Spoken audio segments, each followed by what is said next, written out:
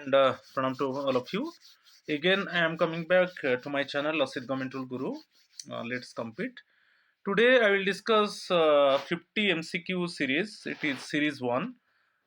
This series definitely would be useful for different exams. Now, KVS Principal and VP exam, NVS Principal exam, or assistant section officer, or senior secretarial assistant, junior secretarial assistant exam tier 2, and similarly assistant registrar in NIT exam. My friends, please subscribe my channel, share my channel, like my channel, so that you can get notification for my upcoming videos. Join my WhatsApp number 8327782034. If any queries there, you can contact with me and clear your doubt. My first Telegram channel link t.me/bap82034. You can join it and you just up to date my upcoming videos. And second Telegram channel link t.me/asit2034. So any Telegram channel you can join it, so that you can up to date yourself about my upcoming videos. Now I am going to start 50 MCQ series. It is series 1. You see the question number 1 related to the public financial management system, PFMS. It is maintained by which authority? 4 options: Ministry of Finance, Controller General of Accounts, Reserve Bank of India, Niti Aayog. It is Controller General of Accounts. Option B is the correct answer. Question number 2. With reference to the public financial management system in India, consider the following statements. हम correct statement को detect करेंगे. 3 statements given. PFMS is an integrated financial management system under the budget division, Department of Economic Affairs. It is not correct. Okay. The system is used for direct benefit transfer and tracking on spent balances with implementing agencies. ये statement correct है. Utilization certificates are required to be submitted manually to the ministry and later updated on PFMS by the controller, not submitted manually. तो ये भी statement गलत है. Utilisation certificate upload होगा, but it means वो site में जो PFMS का साइट है उसमें अपलोड होगा, मगर यहाँ पर दिया है सबमिटेड मैनुअली, तो ये गलत है. तो यहाँ पर जो करेक्ट स्टेटमेंट पूछा है, statement 2 only correct one. So option A is the correct answer. ठीक है. Question number 3. आप GFR रूल का आप देख लीजिए, रूल 86. ओके, GFR का पब्लिक फाइनेंशियल मैनेजमेंट सिस्टम वो दिया है. ठीक है, उसी का रिलेटेड में क्वेश्चन है. Question number 3. PFMS is used for which of the following purposes? Sanction preparation, bill processing, direct benefit transfer, financial reporting. ये सब आ जाता है. ठीक है, sanction preparation, then bill processing, और directly money transfer to the beneficiary, financial reporting. So इसमें all options are correct one. So option C is the correct answer. Question number 3. Question number 4. As per the rule 86 of the GFR, which of the following activities must be performed through the PFMS platform? Uploading of detailed demand for grants at the start of the financial year. ये correct है. जितना grants चाहिए demand किया जाएगा at the start of the financial year. Generation of reappropriation and surrender orders. Reappropriation means transfer किया जाएगा. Suppose कुछ surplus fund है, ठीक है, तो उसको अदर डिवीजन को ट्रांसफर किया जाएगा. सरेंडर ऑर्डर्स भी, सरेंडर क्या है, सपोज कुछ सरप्लस अमाउंट है, अल्टीमेटली फाइनेंशियल ईयर एंड में हम उसको सरेंडर करेंगे. ठीक है. सो ये भी करेक्ट है second statement. Registration of implementing agencies till the last level of implementation. ठीक है, ये थर्ड स्टेटमेंट भी करेक्ट है. तो तीनों स्टेटमेंट एक्चुअली यहां पर करेक्ट है. तो option D is the correct answer. ठीक है. Question number 5. Ministry sanctioning grant in aid must register which entities on PFMS? Only state governments, only central autonomous bodies, all implementing agencies till last level, only NGOs? यहां पर all implementing agencies till last level. Option C is the correct answer. ठीक है. Question number 6.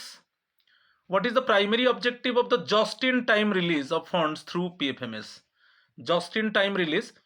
4 options given: to ensure that the budget is exhausted before March 31st, to minimize the floating of idle funds and track on spend balances, to allow ministries to bypass the sanctioning process during emergencies, to increase the interest earned by implementing agencies in their savings accounts. So option B is the correct answer. To minimize the floating of idle funds and track on spend balances. जिस time में actually funds चाहिए उसी time में release होगा, fund को idol के आकार में नहीं रखा जाएगा, ओके। और जो अनस्पेंड बैलेंसेस है उसको भी इजीली ट्रैक किया जाएगा, ओके, पीएफएमएस में। तो option B is the correct answer.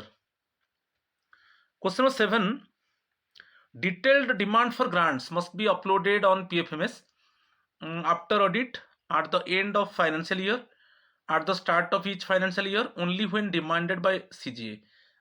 Option C is the correct answer. At the start of financial year demand for grants, जो हम जितना ग्रांट्स हम डिमांड करेंगे वो must be uploaded on PFMS. Option C is the correct answer. Question number 8, consider the following statements. यहाँ पर भी 3 statements दिया है, करेक्ट स्टेटमेंट को डिटेक्ट करना है। It is mandatory for all payments to be released just in time to the extent possible. ये correct है। जब फंड एक्चुअली जरूरत है उसी टाइम में फंड रिलीज होगा, तो इसके वजह से क्या होगा ना, the fund cannot be idle one, okay. और ऑन स्पेंड बैलेंसेस को हम ट्रैक करेंगे। तो जब जरूरत है, at the time of need, at the time of demand, fund must be released, okay. So that इसका मेन पर्पज क्या है, the fund basically cannot be idle, okay, idle one. So fund हम ले लिए मगर उसको यूज नहीं कर रहे हैं। तो फर्स्ट स्टेटमेंट करेक्ट है। The primary goal is to minimise the float और idle funds lying in the bank accounts of implementing agencies, correct है। It allows agencies to earn interest on government grants before they are spent. No, ये गलत है कि कोई जो fund है उसके ऊपर इंटरेस्ट उसको यूज किया जाएगा, ऐसा कुछ नहीं है ऑप्शन। तो option first 2 statements are correct one. तो option A is the correct answer. Question number 9, under rule 86, which of the following documents or orders must be generated or submitted through the PFMS platform? ये जो rule 86 है, GFR, General Financial Rule, which of the following documents or orders must be generated or submitted through the PFMS platform? Reappropriation orders, surrender orders, utilization certificates, detailed demand for grants. ये चारों correct है, ठीक है। Correct answer पूछा है तो option D is the correct answer. Reappropriation में बोला फंड को ट्रांसफर किया जाएगा एक डिवीजन से और एक डिवीजन को। सरेंडर ऑर्डर्स, यदि सरप्लस फंड होते हैं उसको हम सरेंडर करेंगे। यूटिलाइज करने के बाद एक यूटिलाइजेशन सर्टिफिकेट अपलोड होगा पीएफएमएस साइट में। और at the initial of the year हम जो इम्प्लीमेंटिंग एजेंसी है, जैसे कोई गवर्नमेंट डिपार्टमेंट है, कोई इम्प्लीमेंटिंग एजेंसी है, वो डायरेक्टली डिमांड करेगा कि हमको इतना फंड चाहिए। ऑटोनोमस बॉडीज की, पब्लिक सेक्टर अंडरटेकिंग, ओके, कि डायरेक्ट गवर्नमेंट की, any suppose institution aided by the government, ठीक है। तो ये चारों करेक्ट है, तो option D is the correct answer. Question number 10, which of the following is not a function of PFMS as per GFR 2017? Sanction preparation and bill processing, ये तो है। Direct benefit transfer, selection of vendors for global tenders, ये correct नहीं है। Tracking of unspend balances with implementing agencies, ये correct है। तो is not a function, so option C, it is not a function of PFMS. Option C is the correct answer, right. Question number 11, which of the following statements best describes the legal standing of a government servant regarding the commutation of leave? So commutation means आप leave लिया है, एक leave लिया है। Suppose आप leave लेने के बाद आप ज्वाइन कर रहे हो, तब आप लीव अथॉरिटी को बोल रहे हो कि रिक्वेस्ट कर रहे हो कि मेरा सपोज मैं ईएल लिया था उसको एचपीएल में कन्वर्ट किया जाए, क्योंकि एचपीएल मेरा ड्यू था जब मैं लीव लिया था। कि सपोज में एचपीएल लिया था उसको ईएल में कन्वर्ट किया जाए, like this commutation of leave. तो वही स्टेटमेंट है। आप सीसीएस लीव रूल्स 1972 का रूल 10 देख लीजिए, कम्यूटेशन ऑफ लीव के ऊपर है। It is a discretionary power of the authority and cannot be claimed as a matter of right. It is, यहाँ पर it is an absolute right provided the leave was admissible at the time of original grant. Commutation is mandatory if the request is submitted within the 30-day window. Only the head of the department can deny a commutation request, only it is admissible. तो option A होगा, it is a discretionary power of the authority and can not be claimed as a matter of right. ठीक है, जैसे आप leave को commute करना चाहते हो तो मैं बता रहा हूं. जैसे आप सपोज आप ऑन डे लीव लिया था, ठीक है, तो आप उसको सपोज ये कर सकते हो कि आपका ईएल जब आप ज्वाइन करते हो आकर, तो उसका 30 डेज के अंदर आप जो लीव अथॉरिटी जो एक्चुअली ओरिजिनल लीव आपको सैंक्शन किए थे, तो उनको आप रिक्वेस्ट करोगे कि मैं जो ईएल लिया था उसको एचपीएल में कन्वर्ट किया जाए. ठीक है, कि मैं एचपीएल लिया था उसको ईएल में कन्वर्ट किया जाए. ठीक है, तो विद इन 30 डेज जब आप ज्वाइन करोगे, लीव लेने के बाद आप जब ज्वाइन करोगे उसका 30 डेज के अंदर, तो ये कम्यूटेशन ऑफ लीव है. मैं बताया आपको सीसीएस लीव रूल्स 1972 का रूल 10 में. तो ये एक मैटर ऑफ राइट नहीं है, ये एक्चुअली डिस्क्रिशनरी पावर है, जो लीव अथॉरिटी है उनके ऊपर डिपेंड करता है. तो option A is the correct answer.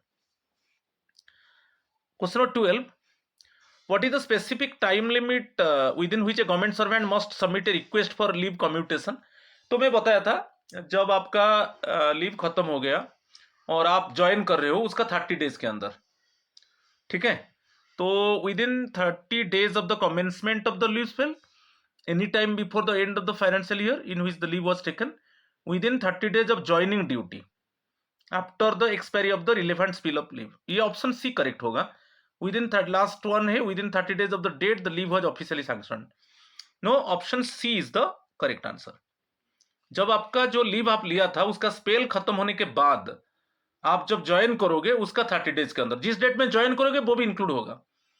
Okay, उसका 30 डेज के अंदर आपको लीव अथॉरिटी को रिक्वेस्ट करना है कि मैं ये लीव लिया था उसको कन्वर्ट कर दिया. जैसे मैं सपोज उस समय सपोज आप एचपीएल लिए थे, हाफ पे लीव लिया था, ठीक है, अभी आप बोल रहे हो उसको ईएल में कन्वर्ट कर दिया जाए, ये रिक्वेस्ट करोगे. और इसमें आपको हाफ लीव सैलरी मिला था, यदि उसको अप्रूव कर दिया जाता है, ईएल को कन्वर्ट कर दिया जाता है, तो आपको फुल सैलरी मिलेगा. तो उस समय इसमें आपको एरियर के आकर में फिर सैलरी, हाफ लीव सैलरी मिला था एचपीएल टाइम में. तो एचपीएल लिए थे, आप जब ज्वाइन कर रहे हो, ज्वाइन कर लिए, उसका 30 डेज के अंदर आप रिक्वेस्ट करोगे उसको ईएल में कन्वर्ट कर दिया जाए. तो ईएल में जब कन्वर्ट होगा आपका लीव सैलरी भी चेंज होगा, क्योंकि इसमें हाफ लीव सैलरी मिला था और अभी आप ईएल सपोज या अप्रूव कर दिया लीव अथॉरिटी, तो ऑटोमेटिकली आपको क्या होगा ना, आप ऑटोमेटिकली एरियर के आकार में आपको जो लीव सैलरी मिलेगा. तो option C is the correct answer. Question number 13, a government servant returns from leave on 1st June 1st. What is the latest date by which their request for commutation must be received by the authority?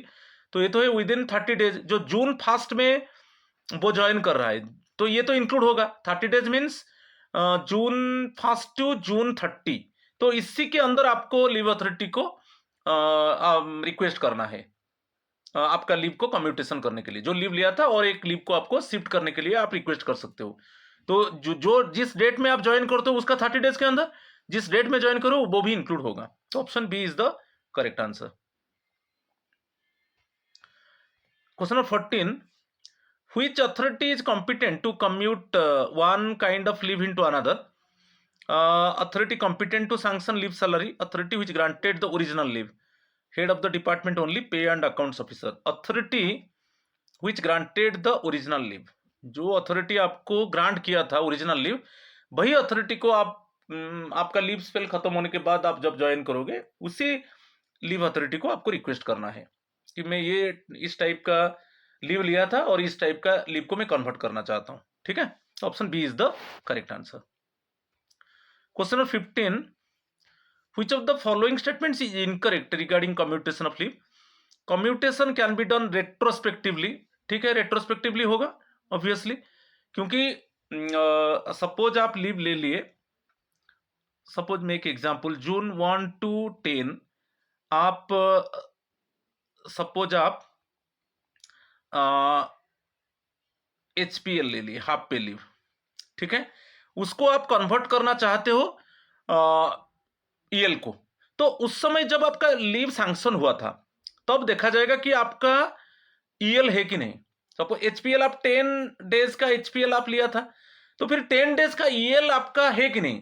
तो leave authority actually जो sanction किए थे HPL, तो उसी time में वो फिर check किया जाएगा, जब आपका एचपीएल सैंक्शन हुआ था उसी टाइम में आपका ईएल था कि नहीं। यदि 10 डेज ईएल है और लीव अथॉरिटी अप्रूव करता है तो ऑटोमेटिकली कन्वर्ट हो जाएगा।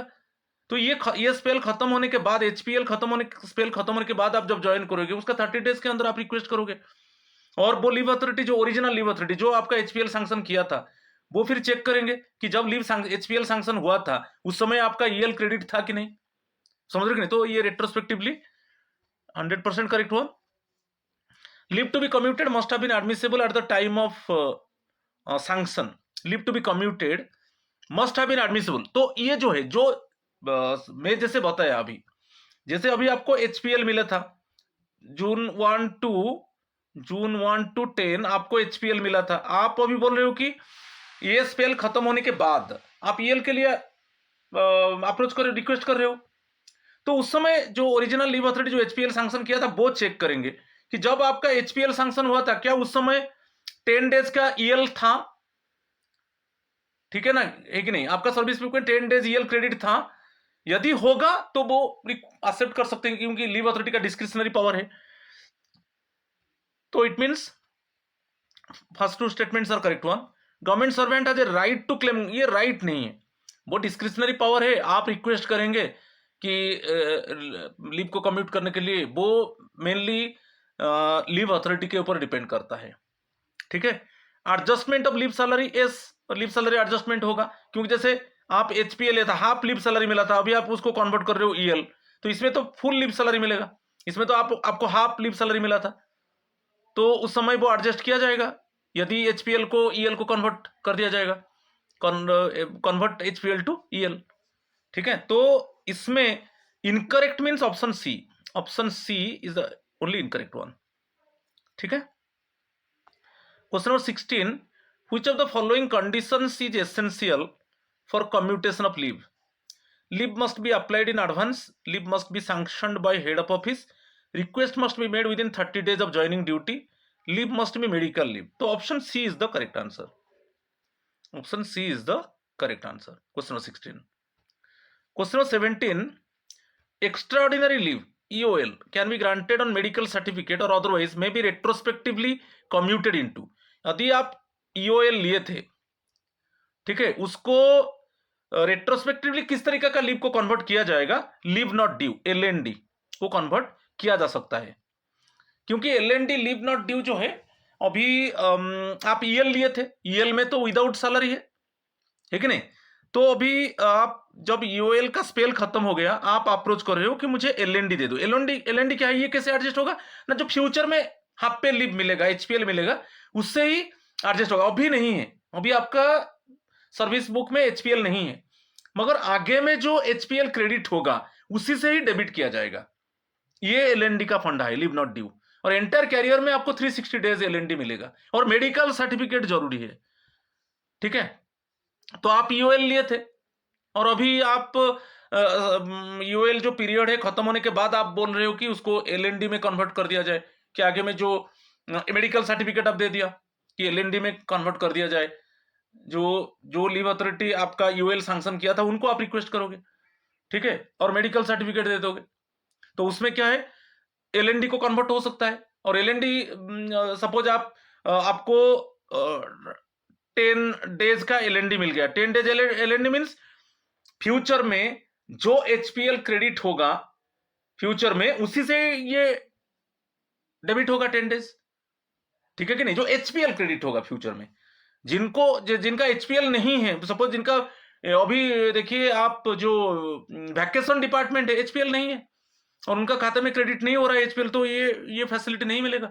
मगर जो नॉन वैकेशन डिपार्टमेंट है एचपीएल अभी उनको मिल रहा है कि नहीं। तो एक्स्ट्राऑर्डिनरी लीव को LND में कन्वर्ट किया जा सकता है। तो यहां पर option C is the correct answer.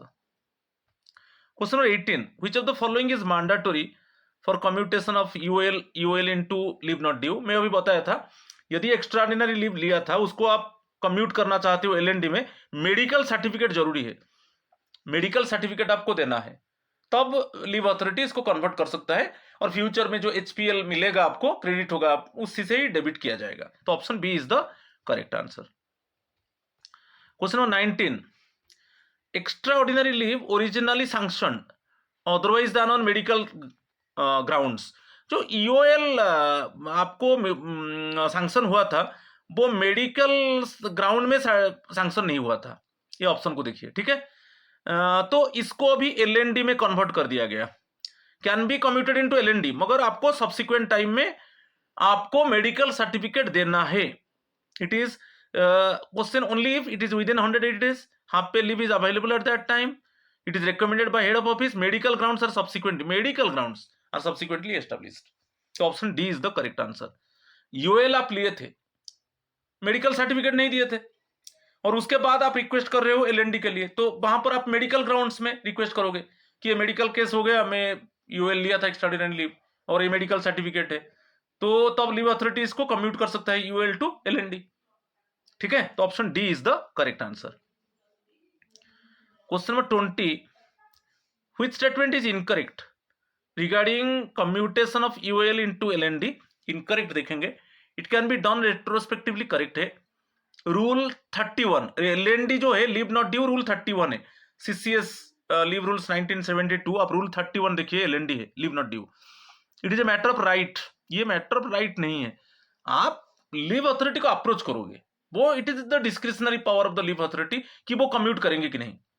It requires medical ground, definitely यदि ईओएल को आप एलएनडी में कन्वर्ट करना चाहते हो तो मेडिकल सर्टिफिकेट मेडिकल ग्राउंड्स में। तो यहां पर जो है इनकरेक्ट है, option C is the correct answer.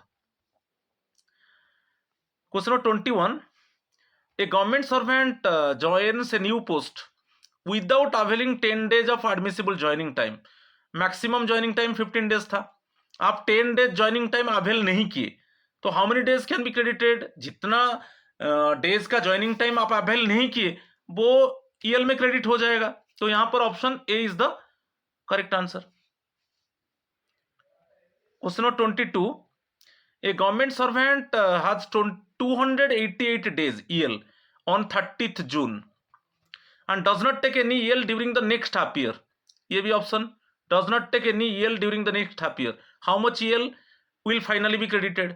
देखिए जून 30 में 288 था, तो आपका जुलाई 1 में कितना हो जाएगा, जुलाई 1 में और अगेन 15 EL क्रेडिट होगा, तो वो आप ऐसे करिए 300 प्लस 2, ये 2 को सेपरेट कीजिए, ये प्लस 3, ठीक है, 300 प्लस 3, तो ये जो जुलाई 1 टू दिसंबर 31 के अंदर ये जो सेपरेट रखा उसको आपको ईएल लेना है, यदि आप नहीं लोगे वो लैप्स हो जाएगा, क्योंकि नेक्स्ट जो हाफ ईयर एंड है उसमें 300 ईएल ही रहेगा, उससे ज्यादा नहीं रहेगा। अभी 288 है जून 30 में, जब जुलाई 1 हो जाएगा फिर 15 ईएल क्रेडिट होगा, तो क्रेडिट कैसे होगा, तो ये तो हो गया 300, 12 बार कर, तो 3 को सेपरेट रखो, और ये जो 3 है उसको आपको यूटिलाइज करना है किसमें ना, जुलाई 1 टू दिसंबर 31 के अंदर आपको यूटिलाइज करना है। आप नहीं करोगे तो ये लैप्स हो जाएगा ऑटोमेटिकली, एंड में कितना रहेगा, मैक्सिमम बाई 300 रहेगा, ठीक है कि नहीं। तो how much EL will finally be credited, 12, option B is the correct answer, ठीक है। Question number 23, maximum on leave that can be granted at one time to a government servant employed in India is 180 days. India में एक government servant को maximum 180 days EL grant होगा one time में, ठीक है, option C is the correct answer. Question 24, foreign service counts as duty for on leave purposes only if foreign allowance is drawn, leave salary contribution is paid, deputation is permanent, service is less than 3 years। इसमें leave salary, यदि आप leave salary contribution कर रहे हो तब आपको जो on leave आप ले रहे हो फॉरेन सर्विस में वो काउंट होगा, ड्यूटी में काउंट होगा, तो option B is the correct answer. Question 25, a temporary government servant is later declared quasi permanent, his on leave account shall be अच्छा, ऑन लीव अकाउंट कैसे होगा? वो तो टेम्पररी था, अभी क्वासी परमानेंट हो गया, माने पूरा परमानेंट नहीं हुआ है, मगर फिर भी वो रूल था कि यदि आप टेम्पररी पीरियड में 3 इयर्स कंप्लीट कर देते हो तो ऑटोमेटिकली आपको परमानेंट डिक्लेयर किया जाएगा। मगर आप 3 इयर्स कंप्लीट कर दिया, अभी तो गवर्नमेंट आपको लेटर नहीं दिया है कि आपका परमानेंट हुआ है कि नहीं, मगर हम मान लेंगे कि क्वासी परमानेंट है, क्योंकि 3 इयर्स आपका जो, जब आपको टेम्पररी अपॉइंटमेंट किया गया था, अपॉइंटमेंट ऑर्डर में क्लियरली मेंशन था कि आपका 3 इयर्स कंटिन्यूअस आप सर्विस करते हो तो ऑटोमेटिकली उसके बाद आपको परमानेंट कर दिया जाएगा। मगर 3 इयर्स कंप्लीट हो चुका है, मगर अभी परमानेंट का लेटर नहीं मिला है तो क्वासी परमानेंट है। तो इसमें अर्न लीव को एडजस्ट किया जाएगा, credited as per permanent service rules minus leave already taken, restarted a fresh, limited to 180 days only, converted into commuted leave. तो option A is the correct answer. जैसे 3 years था, तो 3 years में normally आपको कितना EL मिलना चाहिए? 90 EL मिलना चाहिए। ये 3 इयर्स एक्चुअली टेम्पररी पीरियड था, ये टेम्पररी पीरियड था। मैं एक छोटा इमेजिनरी एग्जांपल देता हूं, ये टेम्पररी पीरियड था, ठीक है। 3 इयर्स में आपको एवरी ईयर में 30 ईएल मिलना चाहिए, तो 90 ईएल मिलना चाहिए। मगर जब टेम्पररी थे तो आप सपोज 20 ईएल लिए थे, ऐसे कंज्यूम किए थे। उस समय तो आपको ये रूल नहीं था कि 90 ईएल मिलेगा, तो जो भी ईएल आपको मिल रहा था उसमें आप 20 ईएल लिए थे। मगर अभी क्वासी, जैसे क्वासी परमानेंट आप हो गए, ऑटोमेटिकली काउंट किया जाएगा आपका पीरियड, वो टेम्पररी पीरियड, उसको भी हम काउंट करेंगे, उसमें भी आपको कितना ईएल इट मींस मिलेगा वो भी काउंट किया जाएगा। तो 90 ईएल, आप उस समय टेम्पररी टाइम में कितना ईएल लिए थे? 20 ईएल, तो आपका 70 ईएल ऐसे क्रेडिट होगा। ओके, क्योंकि जब टेम्पररी से क्वासी परमानेंट की परमानेंट आप हो गए, जो टेम्पररी पीरियड में काम किए थे वहां पर ऑटोमेटिकली आपको जो ईएल मिलना था जैसे परमानेंट पीरियड में, वैसा ही आपको ईएल आपको काउंट किया जाएगा, ठीक है। तो यहां पर जो है ये option A is the correct answer, option A is the correct answer. Question number 26, how is the credit of on leave affected if A government servant has taken extraordinary leave during a half year? आप एक याद रखो, ये दोनों, यदि आप extraordinary leave लेते हो प्लस आपका अनऑथराइज एब्सेंस होता है, डाइज नॉन, ठीक है। और एक बार मैं क्लैरिफाई कर देता हूं, आपका एक्स्ट्राऑर्डिनरी लीव जो विदाउट सैलरी प्लस आपका अनऑथराइज एब्सेंस, अनऑथराइज एब्सेंस को हम डाइज नॉन बोलते हैं, ये दोनों मिलाकर यदि सपोज आपका 30 डेज है, दोनों मिलाकर 30 डेज है, ठीक है। अभी जो नेक्स्ट हाफ ईयर आएगा, सपोज नेक्स्ट हाफ ईयर है मेरा इमेजिनरी एग्जांपल में July 1 to December 31, next half year ये आ जाएगा, नेक्स्ट हाफ ईयर, ठीक है। तो उसमें आप ईओएल डाइज नॉन आप 30 डेज लिए थे, जो previous half year, it means January 1 to June 30, January 1 to June 30, तो उसका 1/10, इसमें आपको कितना, जो नेक्स्ट हाफ ईयर है जुलाई 1 टू दिसंबर 31, इसमें कितना ईएल क्रेडिट होना चाहिए? 15। मगर इसमें आपका ईओएल जो जून 1 टू जून 30 के अंदर आपका कितना मिलाकर ईओएल डाइज नॉन था, 30 डेज था, उसका 1/10 कितना हो रहा है? इसका 1/10 कितना हो रहा है 30 डेज का? 3 हो रहा है। तो वहां पर जो नेक्स्ट हाफ ईयर में जो ईएल क्रेडिट होगा ये 3 डेज को माइनस किया जाएगा, तो इसमें आपको 12 डेज क्रेडिट होगा। तो सभी समय आप देखिए यहां पर एक रूल याद रखिए, जितना ईओएल और दोनों ईओएल डाइज नॉन को आप दोनों को मिला दो, जितना है एक हाफ ईयर में, उसका 1/10 रिड्यूस हो जाएगा नेक्स्ट हाफ ईयर में ईएल, ठीक है। तो option A is the correct answer. Question number 27, what happens to the credit of on leave when a government servant is removed or dismissed from service? Suppose आपको remove dismiss कर दिया गया, suppose आपको जून में dismiss और remove कर, कोई भी डेट में, एनी डेट में आपको रिमूव कर दिया गया, जून का एनी डेट में, तो उसमें आपका जो ईएल क्रेडिट होगा वो हम देखेंगे, ईएल जो क्रेडिट होगा previous month up to may, previous month तक हम देखेंगे आपका ईएल कितना क्रेडिट है, ठीक है कि नहीं। जून का कोई भी, चाहे जून का लास्ट हो, जून 30 हो, चाहे कोई भी एनी डेट, चाहे जून 30 हो, मगर जून को काउंट नहीं किया जाएगा, उसमें आपको आपका ईएल जो इट मींस जून में मिलना चाहिए वो नहीं मिलेगा, up to may previous month तक मिलेगा। तो वही है यहाँ पर जो option, credit is given up to the date of removal, credit is given for the full half year, all EL at credit is forfeited immediately, credit option D होगा, credit is allowed up to the end of the calendar month preceding the month of dismissal, preceding the month of dismissal. तो मैं अभी example दिया था, जैसे जून में कोई भी डेट में आपका डिसमिसल हो रहा है तो उसका प्रीवियस कैलेंडर मंथ सपोज मई तक आपको आपका ईएल को क्रेडिट होगा, ठीक है। Option D is the correct answer. 28, if a government servant has availed 10 days UL and 20 days dies none in a half year, the reduction in on leave credit shall be, अच्छा दोनों को मिला दो, UL plus dies non कितना हो गया, 30 days हो गया एक हाफ ईयर में।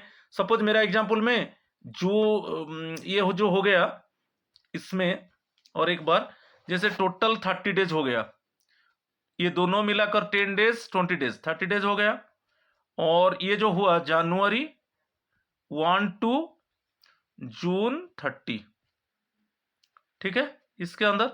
अच्छा अभी कितना उसका 1/10 हम रिड्यूस करेंगे नेक्स्ट हाफ ईयर में, next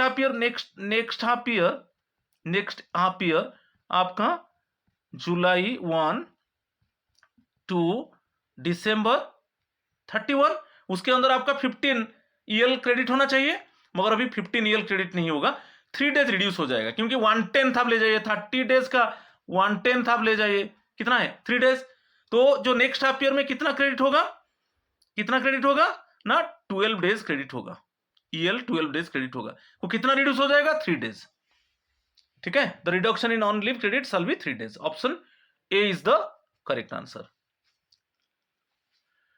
question number 29, the additional on leave for vacation department staff is calculated in proportion of, इसमें 30 डेज 20 डेज 15 डेज 10 डेज, इसमें ऑप्शन बी 20 डेज। मैं एक एग्जांपल देता हूं, सपोज आपका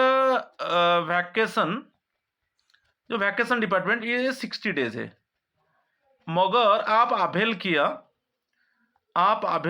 45 डेज, इतना डेज आप अवेल किया। तो अच्छा नॉन अवेल किया कितना डेज आप नहीं लिया, वैकेशन नहीं लिया कितना डेज 15 डेज। तो इसको कैसे हम कैलकुलेट करेंगे, तो आपको ये जो नॉन अवेल किया 15 डेज, आप यदि नॉन अवेल किया तो आपको ईएल मिलेगा, प्रोपोर्शनेट ईएल मिलेगा।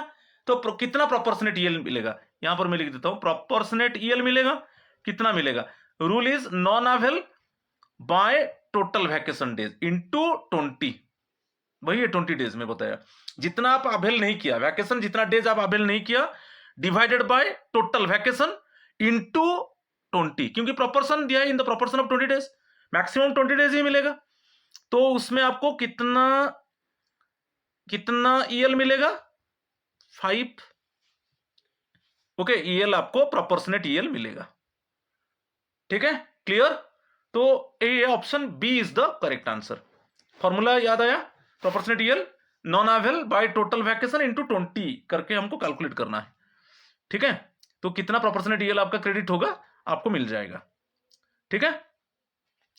क्वेश्चन नंबर 30, यहां पर दे दिया एक क्वेश्चन, वही को, if the full vacation is 60 days and government servant avails 45 days, the additional on leave कितना आपको प्रोपोर्शनेट ईएल मिलेगा।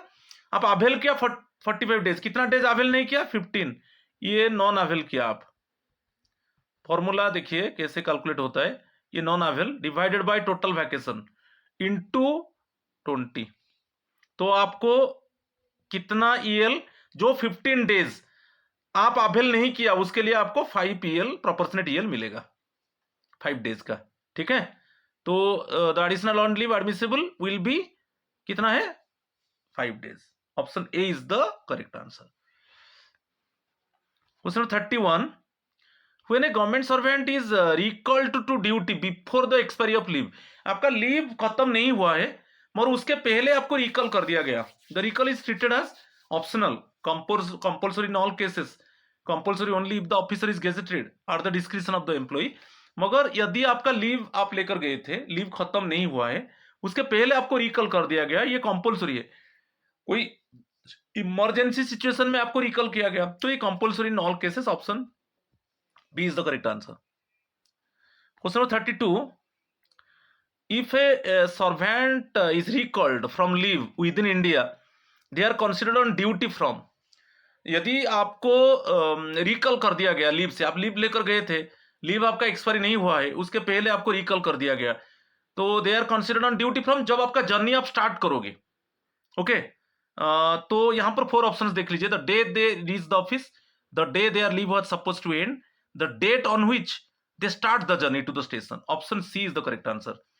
The date on which they start the journey to the station, the date the recall order was signed. तो option C is the correct answer. जिस date में आप आपका journey start करेंगे वहां पे आपको ड्यूटी मान लिया गया, वही लीव सैलरी मिलेगा।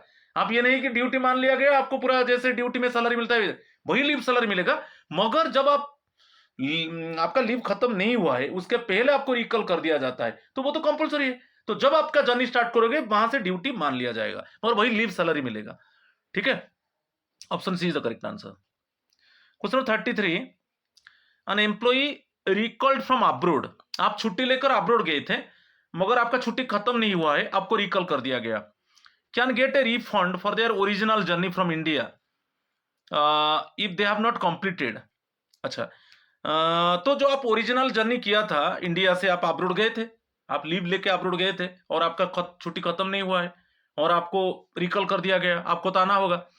तो किस कंडीशन में आप जो ओरिजिनल जर्नी किए थे इंडिया टू अब्रोड, वो जो पैसा आप खर्च किए थे उसको रिफंड कर देगा government. Their entire leave, 1 month of leave, 2/3 of their leave, half of the period of leave और 3 months, which ever is shorter if they have not completed. Option D. इसमें क्या है, यदि आप जितना लीव लिया था उसका हाफ ऑफ द लीव आप कंप्लीट नहीं किया है, half the period of leave आप कंप्लीट नहीं किया है, कि आपका 3 months भी कंप्लीट नहीं हुआ है, ठीक है कि नहीं, जो इसमें शॉर्टर होगा, ये इसी कंडीशन में आप जो भी ओरिजिनल जर्नी किए थे अब्रोड, जो भी पैसा खर्च किया था वो रिफंड कर दिया जाएगा। जैसे आपको एग्जांपल देता हूं, सपोज आप 120 डेज लीव लेकर गए थे, ठीक है, मगर आपका जस्ट 30 डेज कंप्लीटेड है, 30 डेज कंप्लीटेड है अब्रोड में, आपको रिकॉल कर दिया गया, तो ये तो हाफ नहीं है, हाफ पीरियड भी कंप्लीट नहीं हुआ। और एक कंडीशन है कि आप 3 months भी आपका कंप्लीट नहीं हुआ, ओनली 1 month कंप्लीट हुआ है 30 डेज। तो इस कंडीशन में जो ओरिजिनल आप जर्नी किए थे इंडिया से अब्रोड, जो भी आप पैसा खर्च किया था उसको रिफंड कर दिया जाएगा। तो उसमें दोनों में जो which one is shorter, option D is the correct answer. Question number 34, what financial benefit is admissible when recalled from leave with in India. आपको रिकॉल्ड में क्या है, आपको दोनों मिलेगा, बोथ लीव सैलरी तो मिलेगा।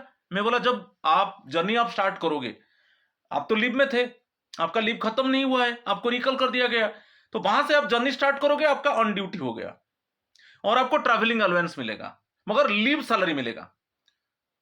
आप आकर ड्यूटी पूरा कंप्लीटली फिजिकली जब आप हेडक्वार्टर में ड्यूटी ज्वाइन करोगे तब आपको सैलरी, ये नॉर्मल सैलरी मिलेगा। मगर आप ये मान मत लीजिए कि मैं जब जर्नी स्टार्ट किया तो मेरा तो ऑन ड्यूटी हो गया और मुझे नॉर्मल सैलरी मिलेगा, नो, वही लीव सैलरी मिलेगा मगर ट्रैवलिंग अलाउंस मिलेगा। Option C is the correct answer.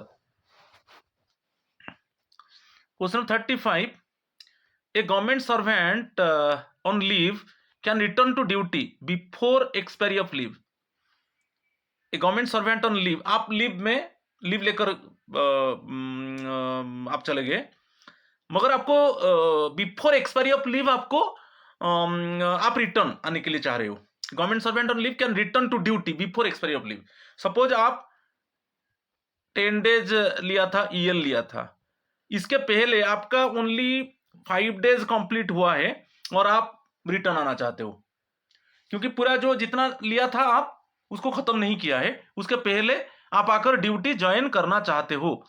तो उसमें जो 4 ऑप्शन है, at his own description, with permission of immediate superior, automatically after medical recovery, only with the permission of the authority which granted the leave. Option D. आपको जो leave authority आपका leave को sanction किए थे उनका permission लेना है।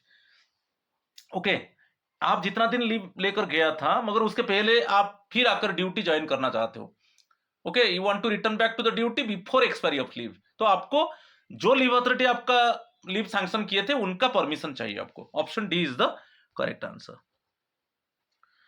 Question 36, a government servant on leave preparatory to retirement can return to duty only with the consent of, आप अभी एलपीआर में है, leave preparatory to retirement, just before superannuation you no, leave preparatory to retirement जो maximum 300 days EL आप ले सकते हो, 300 EL आप ले सकते हो, ठीक है, हैव यू क्लियर अंडरस्टूड? तो एलपीआर में हो, अच्छा आप रिटर्न, सपोज एलपीआर आप, मेरा एग्जांपल में एक एग्जांपल देता हूं, आप एलपीआर सपोज आप 200 डेज लिए थे लीव प्रिपेयर टू रिटर्न, तो उसके पहले आप आकर ज्वाइन करना चाहते हो ड्यूटी, 200 डेज एलपीआर लिए थे, सैंक्शन हुआ था, मगर उसके पहले आकर आप just before completion of 200 days you want to return back to the duty, तो उसमें आपका अपॉइंटिंग अथॉरिटी का परमिशन लेना है, तो कंसेंट किसका लेना है? अपॉइंटिंग अथॉरिटी, याद रखिए, ठीक है। यहाँ पे जो लीव अथॉरिटी, जो ओरिजिनल जो अथॉरिटी आपका एलपीआर सैंक्शन किए थे उनका परमिशन से नहीं होगा, अपॉइंटिंग अथॉरिटी का परमिशन यहाँ पर चाहिए एलपीआर केस में, तो option A is the correct answer.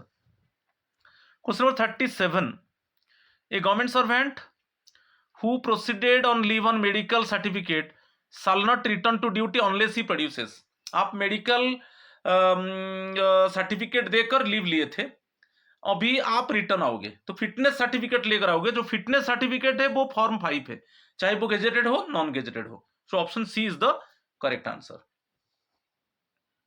ठीक है। Question 38, in case of gazetted officer the medical fitness certificate is normally, gazetted officer case में जो मेडिकल फिटनेस सर्टिफिकेट लाओगे, मेडिकल फिटनेस सर्टिफिकेट का फॉर्म क्या है? 5 है, तो इसको जो लाओगे वो normally required from medical board, option C, gazetted officer के लिए मेडिकल बोर्ड नॉर्मली, ठीक है, option C is the correct answer, medical board. Question 39, A gazetted officer need not appear before A medical board for fitness certificate when medical leave is, आपको suppose medical, जैसे मैं normally बताया कि आप medical certificate देकर छुट्टी लिया, तो जब फिटनेस सर्टिफिकेट लेकर आओगे नॉर्मली वो मेडिकल बोर्ड देता है, मगर एक कंडीशन है कि मेडिकल बोर्ड को आप नहीं जाओगे, मेडिकल बोर्ड को नहीं जाना पड़ेगा, आप कितना दिन का मेडिकल लीव लोगे जो आपको मेडिकल बोर्ड को जाना नहीं पड़ेगा, तो फिटनेस सर्टिफिकेट आपको chief medical officer, chief district medical officer की medical officer of CGHS central government health scheme कि कोई एनी सिविल सर्जियन, कोई स्टाफ सर्जियन, ठीक है, तो ये दे सकते हैं, अभी कि मेडिकल सुपरिटेंडेंट, ये सब दे सकते हैं, तो यहां याद रखिए यदि आपका गेजेटेड ऑफिसर के लिए, गेजेटेड ऑफिसर के लिए for not more than 3 months, यदि आपका medical leave less than 3 months, तो आपको मेडिकल बोर्ड से आपको फिटनेस सर्टिफिकेट का जरूरत नहीं है, आप कहां से लाओगे? Chief district medical officer, any medical officer of CGHS central government health scheme की एनी मेडिकल सुपरिटेंडेंट और सिविल सर्जियन, ओके, और ये भी ऑथराइज्ड मेडिकल अटेंडेंट, उनसे आप ला सकते हो, ठीक है, तो option B is the correct answer.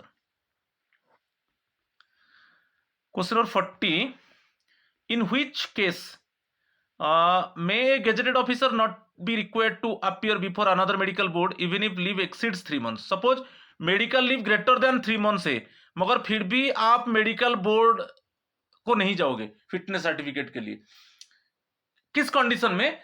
जब ओरिजिनल मेडिकल सर्टिफिकेट आपको मिला था, कि कोई एक्सटेंशन सर्टिफिकेट मिला था, मेडिकल बोर्ड ने दिया था, क्योंकि आप जब ज्वाइन करोगे, याद रखिए, कोई गेजेटेड पोस्ट में ज्वाइन कर रहा है तो उस समय तो मेडिकल बोर्ड आपको सर्टिफिकेट देगा, आपका हेल्थ चेकअप करके आपको सर्टिफिकेट देगा, वहां पर मेडिकल बोर्ड क्लियरली मेंशन किया था कि बाद में यदि आप कुछ मेडिकल इट मींस लीव लेते हो तो उसमें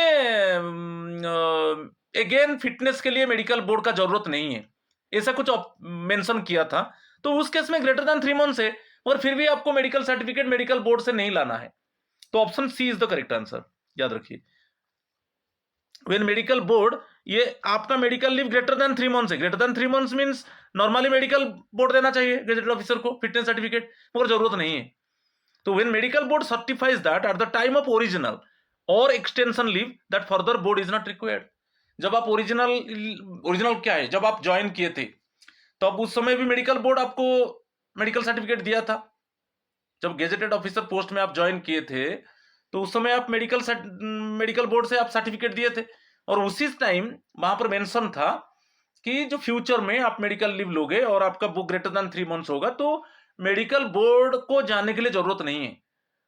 ठीक है, तो यदि ये मेंशन होता है तो कोई जरूरत नहीं है मेडिकल बोर्ड। आप नॉर्मली जो मेडिकल ऑफिसर है, chief district medical officer, district medical officer, कि any medical officer of CGHS, कि एनी हॉस्टल जो सुपरिटेंडेंट ऑफ हॉस्पिटल, ओके, कि ऑथराइज मेडिकल अटेंडेंट, उनसे भी आप फिटनेस सर्टिफिकेट ला सकते हो। तो option C is the correct answer. Question number 41, for a non gazetted government servant the fitness certificate may be accepted from.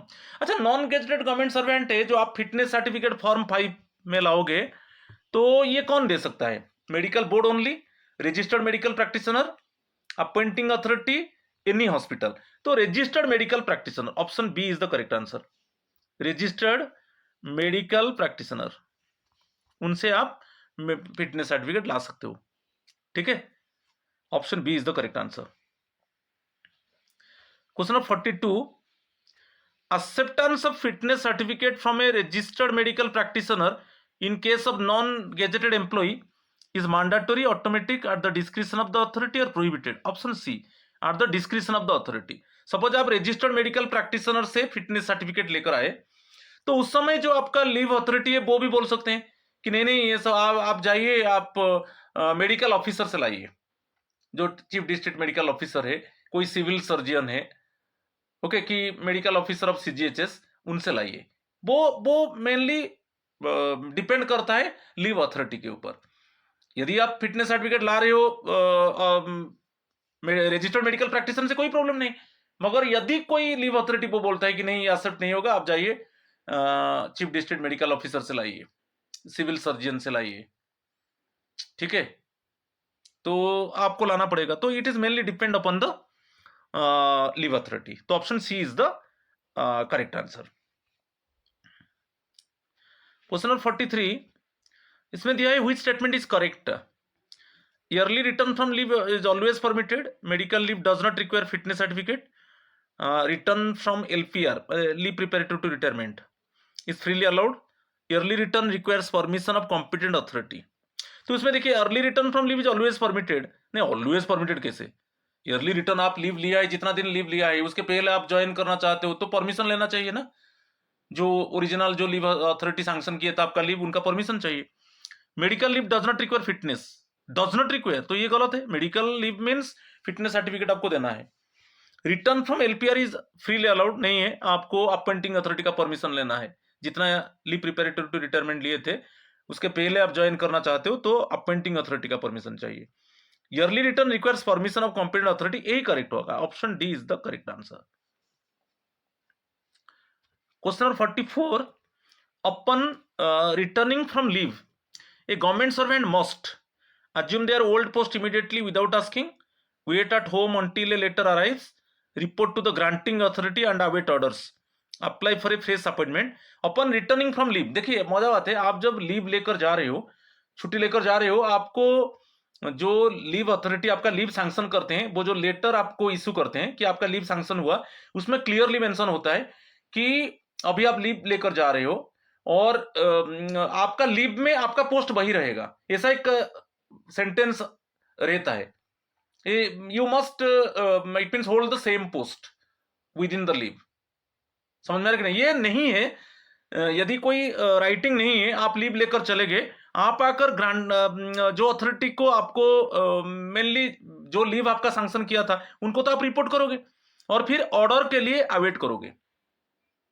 ठीक है, तो ऑर्डर में क्या आता है, क्या आप सेम पोस्ट में रहेंगे, क्या अलग पोस्ट में रहेंगे? मगर नॉर्मली क्या होता है, जब आप लीव लेकर जाते हो तो लीव अथॉरिटी आपका जो आपको ऑर्डर इशू करते हैं कि आप इतना दिन का लीव लिया, और अभी उसमें क्लियर एक सेंटेंस में मेंशन होता है कि आप लीव में आप सेम पोस्ट को हेल्ड करोगे। ठीक है, तो option C is the correct answer. Then question number 45, consider the following statement regarding financial entitlements during unauthorized absence. During unauthorized absence, a government servant who remains absent after the expiry of leave is entitled to half pay leave salary for the duration of the absence provided they have a sufficient balance in their leave account. Is this statement correct? आप देखिए मजा बात बता रहा हूं. Suppose आप unauthorized absence हो गए. सपोज अनऑथराइज एब्सेंस आप 3 डेज हो गए. इट मीन्स आप 5 डेज सपोज लीव लिया था और एक्स्ट्रा 3 डेज आप रह गए. आप कोई इन्फॉर्म नहीं किया, कोई रीजन नहीं है, आप अनऑथराइज एब्सेंस 3 डेज रह गए. तो इसको एडजस्ट कैसे किया जाएगा? ये पीरियड में आपको लीव सैलरी नहीं मिलेगा. एक है आपको लीव सैलरी नहीं मिलेगा और इसमें 3 डेज को फर्स्ट एचपीएल में एडजस्ट किया जाएगा. यदि एचपीएल नहीं है, सपोज आपका खाते में एचपीएल 2 डेज है, तो ये जो 3 डेज है एचपीएल 2 डेज हो जाएगा और ईओएल 1 डेज हो जाएगा. मगर इसमें आप जो बोल रहे हो कि एचपीएल 2 हाफ पे लीव को कन्वर्ट कर दिया जाएगा और मुझे हाफ सैलरी मिलेगा, ऐसा नहीं. आपको कोई भी लीव सैलरी नहीं मिलेगा. जो भी अनऑथराइज एब्सेंस आप जो एक्स्ट्रा लीव लिया विदाउट परमिशन, लीव सैलरी आपको नहीं मिलेगा. जो एक्स्ट्रा डेज, सपोज मेरा एग्जाम्पल 3 डेज है, मगर वो 3 डेज को कैसे एडजस्ट किया जाएगा ना? एचपीएल फर्स्ट हम देखेंगे क्या आपका खाते में है. यदि खाते में डेबिट किया जाएगा और नहीं है तो यूएल एक्स्ट्राऑर्डिनरी लीव.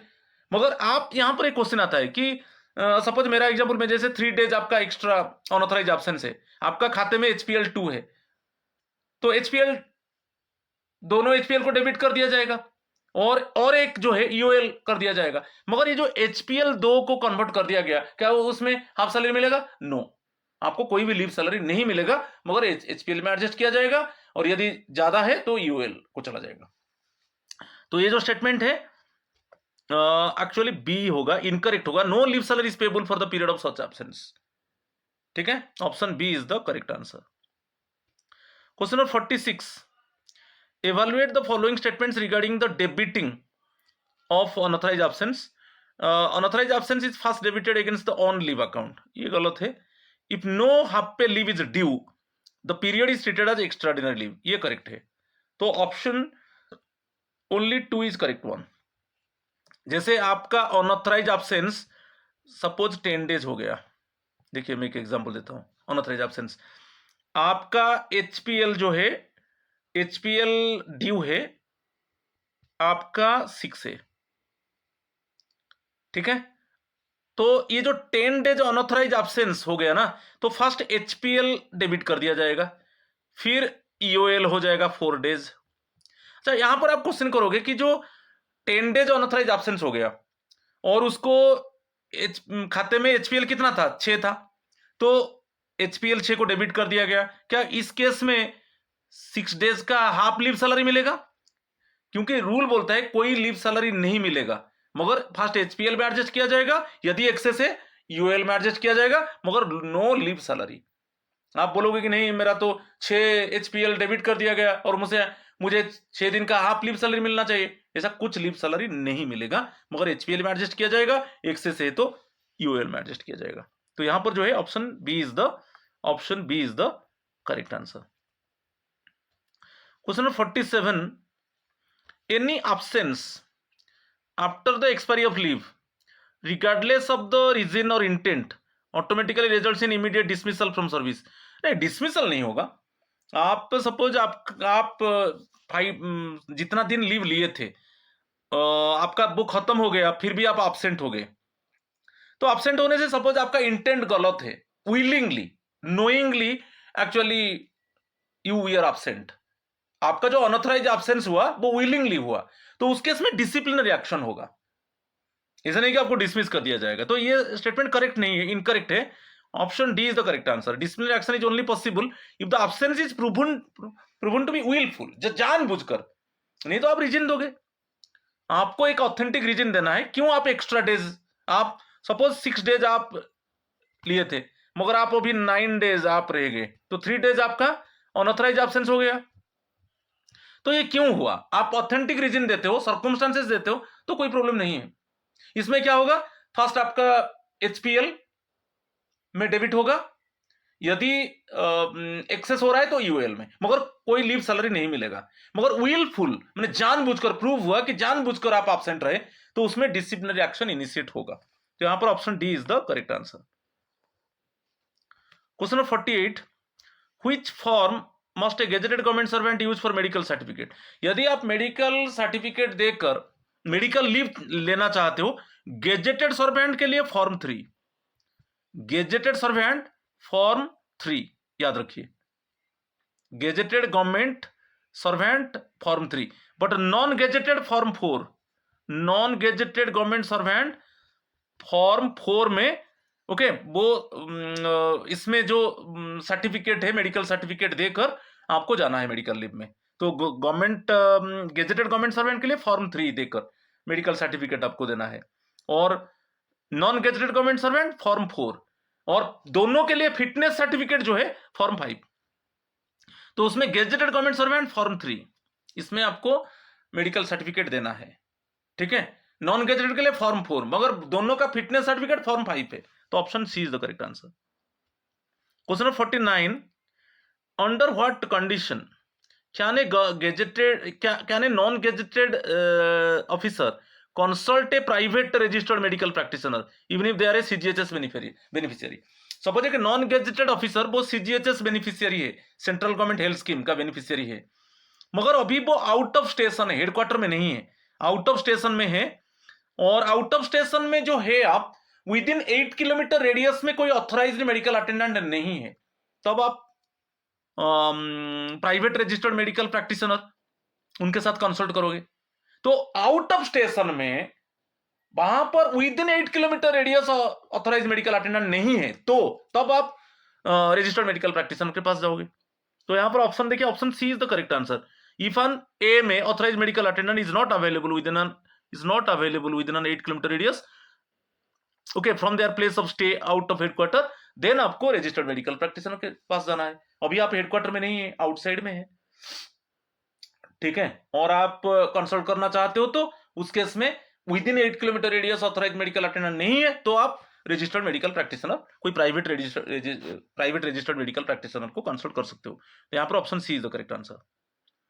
इसका लास्ट क्वेश्चन है question number 50, a non gazetted government employee submits a certificate from a registered ayurvedic practitioner, is this acceptable.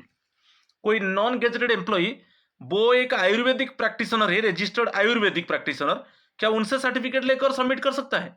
कर सकता है। तो यहां पर देखिए ऑप्शन बी एस, यदि वो यही जो रजिस्टर्ड आयुर्वेदिक प्रैक्टिशनर यदि जिस गवर्नमेंट में आप वो आयुर्वेदिक मेडिकल प्रैक्टिशनर जिस स्टेट गवर्नमेंट में काम कर रहा है उसी स्टेट गवर्नमेंट का एम्प्लॉय को वो इस तरीके का सर्टिफिकेट दे रहा है और वो एक्सेप्ट हो रहा है, तब तो ये हो सकता है। Yes, provided the state government accept such certificates for its own employees। State suppose आप अभी गुजरात में काम कर रहे हो और गुजरात गवर्नमेंट का जो एम्प्लॉय है, गुजरात गवर्नमेंट का जो स्टेट गवर्नमेंट का एम्प्लॉय है, वो भी सर्टिफिकेट एक्चुअली ये रजिस्टर्ड आयुर्वेदिक प्रैक्टिशनर से ले रहे हैं, तो आप वही गुजरात में सेंट्रल गवर्नमेंट में काम कर रहे हो तो आप उनसे भी आप ले सकते हो, क्योंकि वो स्टेट गवर्नमेंट एम्प्लॉई को जो सर्टिफिकेट दे रहा है आयुर्वेदिक प्रैक्टिशनर वो एक्सेप्ट हो रहा है, तो option B is the correct answer. ये इतना 50 क्वेश्चंस था, ज्यादातर पीएफएमएस और लीव रूल्स के ऊपर था, तो मैं 50 क्वेश्चंस डिस्कस किया। So my friends, please subscribe my channel, share my channel, like my channel, so that you can get notification for my upcoming videos. ऐसे फिर मैं 50 एमसीक्यू सीरीज, मेरा सीरीज 2 आएगा, आप वेट कीजिए। तो आज इतना ही है। थैंक यू एंड नमस्कार टू ऑल ऑफ यू।